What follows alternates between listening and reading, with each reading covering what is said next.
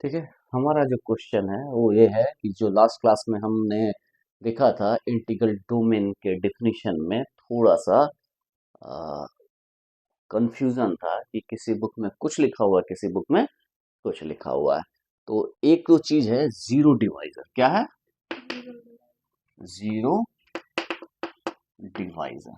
तो zero divisors को दो अलग अलग बुक में अलग अलग तरह से डिफाइन किया गया है। बहुत सारी किताबों में अलग अलग है। तो मैंने एक गैलियन की बात की थी, गैलियन, और ये है सुरजीत सिंह, एंड काजी जमीरुद्दीन। तो ये दो ऑथर का मैं फिलहाल ले रहा हूँ।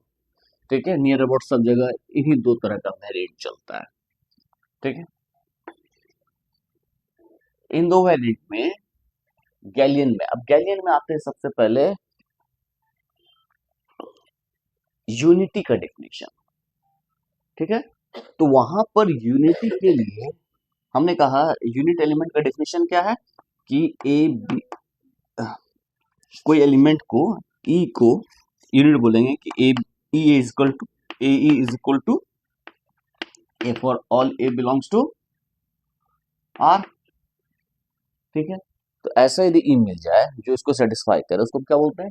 यूनिट एलिमेंट, यूनिटी बोलते हैं। क्या बोलते हैं? यूनिटी। मल्टीप्लिकेटिव आइडेंटिटी, यूनिटी के नाम से हमने इसे रिप्रेजेंट किया था। वन से हम इसको रिप्रेजेंट कर रहे थे। तो वहां पर एक कंफ्यूजन है। तो इसने गैलिन ने एक लाइन लिखी हुई है, वहां पर उन्होंने कह दिया है कि ये जो हम लेंगे ये हम वन लेंगे, मतलब it is other than zero. उन्होंने एक लाइन मेंशन की हुई है कि it should be other than zero. ठीक है। यदि ऐसा नहीं होगा तो जैसे कि हम एक सिंगलटन सेट ले रहे हैं जीरो। ठीक है। इसमें सिर्फ जीरो एलिमेंट है। तो इसमें zero plus zero is zero and zero into zero is zero. ठीक है। तो इसमें क्या होगा? जीरो जो है वो एडिटिव आइडेंटिटी भी है और मल्टीप्लिकेटिव आइडेंटिटी भी है। तो ये जो इसको मल्टीप्लिकेटिव आइडेंटिटी लेके हम चलते हैं, ये थोड़ा परेशानी का सबब है। ठीक है।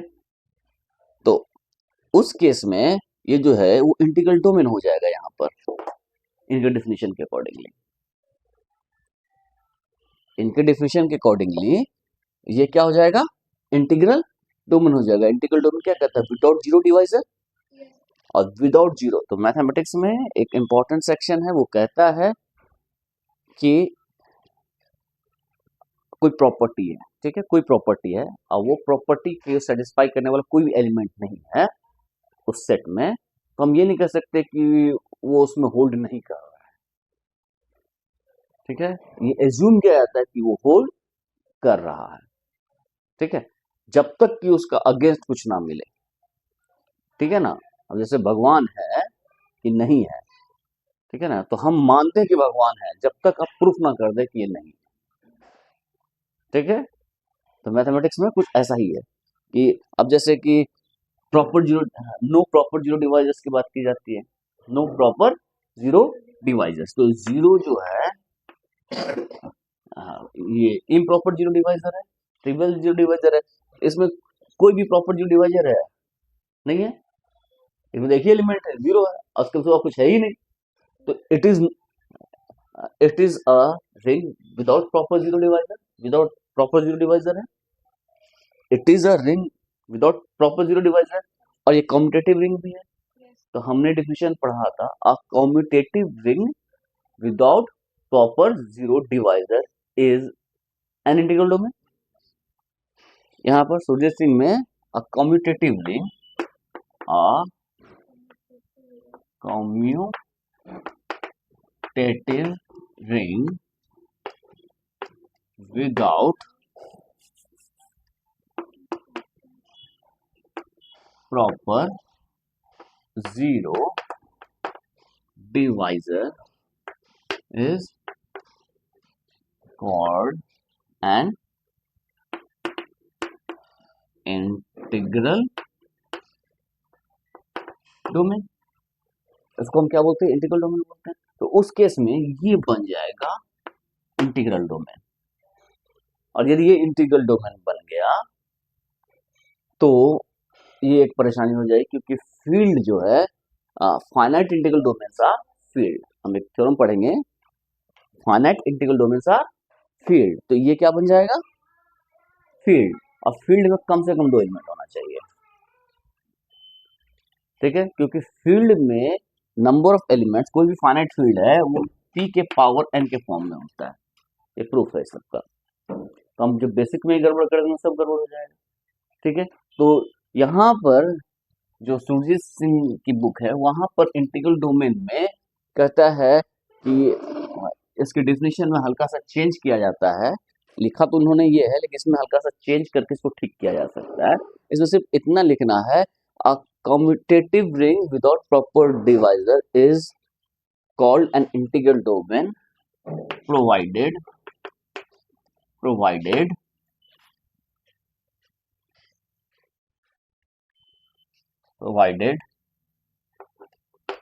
it consists of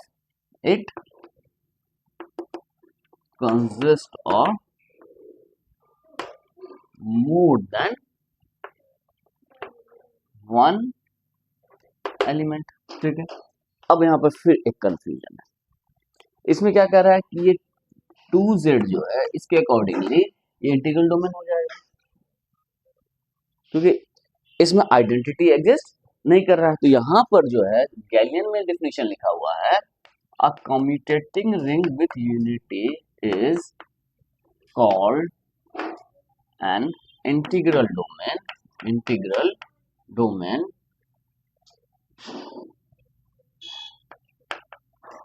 provided AB is equal to 0 implies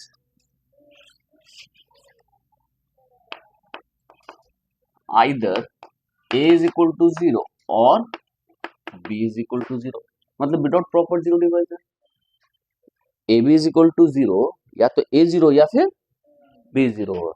यदि दोनों नॉन जीरो और प्रोडक्ट 0 आ जाए इसका मतलब है इसमें जीरो डिवाइजर है। या फिर लिखते हैं a commutative ring with unity without zero divisor is called and integral domain. तो इसी चीज को ये शॉर्ट फॉर्म में ये डेफिनेशन भी है, एक ही डेफिनेशन है, एक ही डेफिनेशन को अलग अलग तरीके से लिखा जाता है। ये डेफिनेशन है, ये प्रॉपर डेफिनेशन है, इसमें किसी चीज की जरूरत नहीं है, जो डिवाइजर को डिफाइन करने की जरूरत नहीं है, यहाँ पर डायरेक्ट यहाँ चीजें साफ आ रही हैं, ठीक है। तो ये डेफिनेशन गैलियन की डेफिनेशन है। तो यहाँ पर कम्यूटेटिव रिंग विथ यूनिटी की बात कर रही है, लेकिन इसके accordingly 2z is not an integral domain, ये इंटीग्रल डोमेन नहीं होगा, ठीक है, और इसके अकॉर्डिंगली हो जाएगा। तो इसमें सबसे इंपॉर्टेंट क्या है कि हमें जो फॉलो करना है, हम एक स्टैंडर्ड बुक को ही फॉलो करें, हम फॉलो करेंगे गैलियन को, ठीक है। हम डेफिनेशन क्या फॉलो करेंगे, a commutative ring with unity, और यहां पर भी यूनिटी के डेफिनेशन की बात करेंगे, it must be other than zero, ठीक है।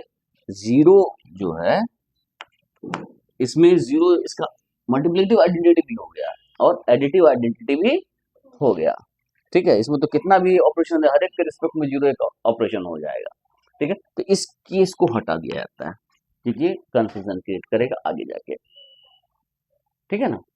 जीरो तो वैसे बहुत परेशानी का चीज है, कहीं भी जीरो को डिफाइन करना बहुत मुश्किल है, तो उसी तरह का ये बिहेवियर करता है। तो हम यहाँ पर क्या यूज करते हैं, a commutative ring with unity is called an integral domain provided AB is equal to 0 implies either A is equal to 0 और B is equal to 0, ये डेफिनेशन हम फॉलो करेंगे और इसके accordingly 2z is not an integral domain, ठीक है। यदि किसी इंटरव्यू में पूछे तब तुमको इन दोनों चीज को एक्सप्लेन कर देना कि इंटीग्रल डोमेन की डेफिनेशन क्या है, तो इसके अकॉर्डिंगली ये है, इसके अकॉर्डिंगली ये है। लेकिन एक बात है कि डेफिनेशन ये भी ले चाहे ये भी ले, जो थ्योरम्स जो है, एक थ्योरम है finite integral domain are field, ये दोनों में ट्रू होता है। ये क्या होता है, दोनों में ट्रू होता है। तो इस चीज को हम नेक्स्ट क्लास में करेंगे।